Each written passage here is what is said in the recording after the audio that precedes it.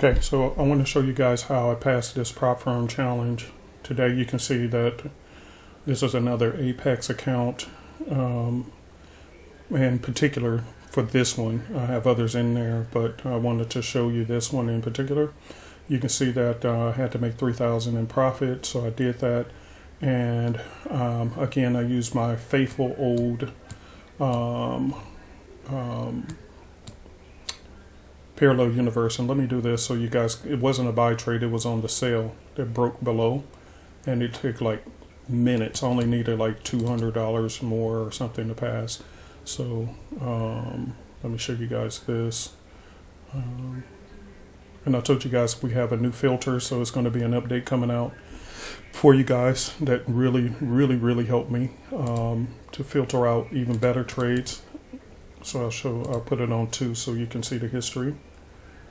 And this is the one, not the buy one, but the sell one. So you can see when it came out, here was the entry. It slapped it and shot back up. So as soon as it slapped it, target hit, closed that out, turned off all of my alerts and said no more trades on the, because I've already passed. I don't want to take any more trades because at 5 p.m. Eastern Standard Time, they have to convert this into a funded account. But that's all I did, and I paid attention to the moving averages. All these are built into the upgraded parallel universe, but bottom line is everything was underneath. All price action was, so as soon as it shot down within market open on New York, took that trade, closed it out, and I was done. But I knew that with consolidation, here's what I saw as to what convinced me that this is going to go down first. Let me mark this off and you guys can see it too. Very easy to notice. Consolidating right there and consolidating right there.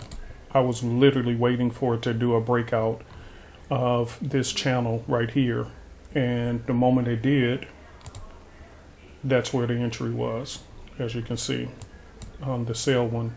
So it came out, broke out, entry was right there in the gray, target was hit right here on TP1, in and out within seconds, and this is going to be converted into a little funded account at 5 p.m. Eastern Standard Time. So anyway, I just want to show you guys my logic on this trade and why I took it, stuff like that.